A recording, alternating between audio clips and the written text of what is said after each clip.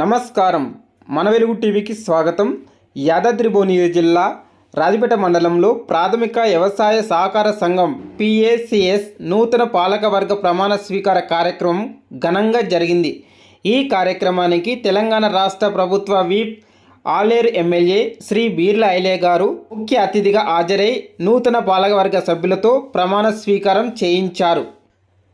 రాజపేట మండల PACS నూతన చైర్మన్గా బాధ్యతలు స్వీకరించిన నమ్ల మహేందర్ గౌడ్ గారితో పాటు పాలక మండలి సభ్యులకు ప్రభుత్వ విప్ బీర్ల ఐలయ్య గారు ప్రమాణ స్వీకారం చేయించి అభినందనలు తెలిపారు. ఈ సందర్భంగా మాట్లాడిన బీర్ల ఐలయ్య గారు రైతుల అభివృద్ధిలో సహకార సంఘాల పాత్ర ఎంతో కీలకమని పేర్కొన్నారు. రైతులకు వ్యవసాయ రుణాలు, ఎరువులు, విత్తనాలు, ప్రభుత్వ సంక్షేమ పథకాలు వంటి సేవలను పారదర్శకంగా సమర్థవంతంగా అందించేందుకు PACS పాలకవర్గం కృషి చేయాలని సూచించారు.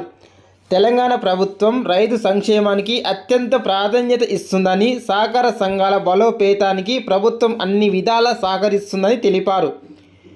నూతన పాలకవర్గ సభ్యులు రైతు విశ్వాసాన్ని నిలబెట్టేలా సేవాభావంతో పనిచేయాలని ఆకాంక్షించారు.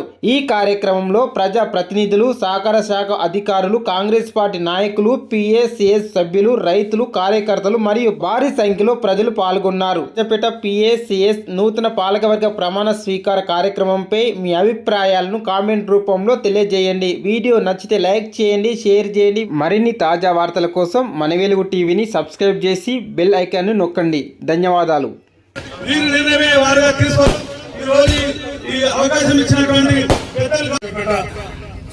అధ్యక్షుగా సంఘం మరి బంధుప్రీతి కానీ, ప్రలోభాలు కానీ, ఒత్తిడి కానీ, మరి ఏ విధంగా దుష్పాచనం కానీ చేయకుండా సహకార చట్టం 1964 మరి సంఘం బయల ప్రకారం నడుచుకుంటారని, మరియు సంఘం అభివృద్ధి కొరకు మరి త్రివర్ణకరంగా శుద్ధిగా పాటుపడతానని, రైతుల కొరకు నిరంతరం మన ప్రభుత్వ విప్ గారి ఆలోచన మేరకు, ముఖ్యమంత్రి గారి ఆలోచన మేరకు మన రాజపేట మండలాన్ని అన్ని మండలాల కన్నా వారికి ఎక్కువ ప్రేమ, అదేవిధంగా వారి సలహాలతో ముందుకు తీసుకుపోతానని ప్రతిజ్ఞ చేస్తున్నాం.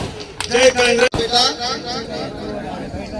సంఘ సభ్యుడిగా సంఘ బంధు ప్రీతి కానీ, బలోపేతాలకు కానీ, ఒత్తిడికి కానీ గురి కాకుండా సహకార సంఘ చట్టం 1964 సంఘం బైలా ప్రకారం నడుచుకుంటానని, మరియు సంఘ అభివృద్ధి కొరకు త్రికరణ శుద్ధిగా పాటుపడతానని దైవ సాక్షిగా ప్రమాణం చేస్తూ ఈ సంఘ అభివృద్ధి కోసం ప్రభుత్వం నుండి రైతులకు రావాల్సిన అన్ని విధాల సహాయ సహకారాలని నా వంతు బాధ్యతగా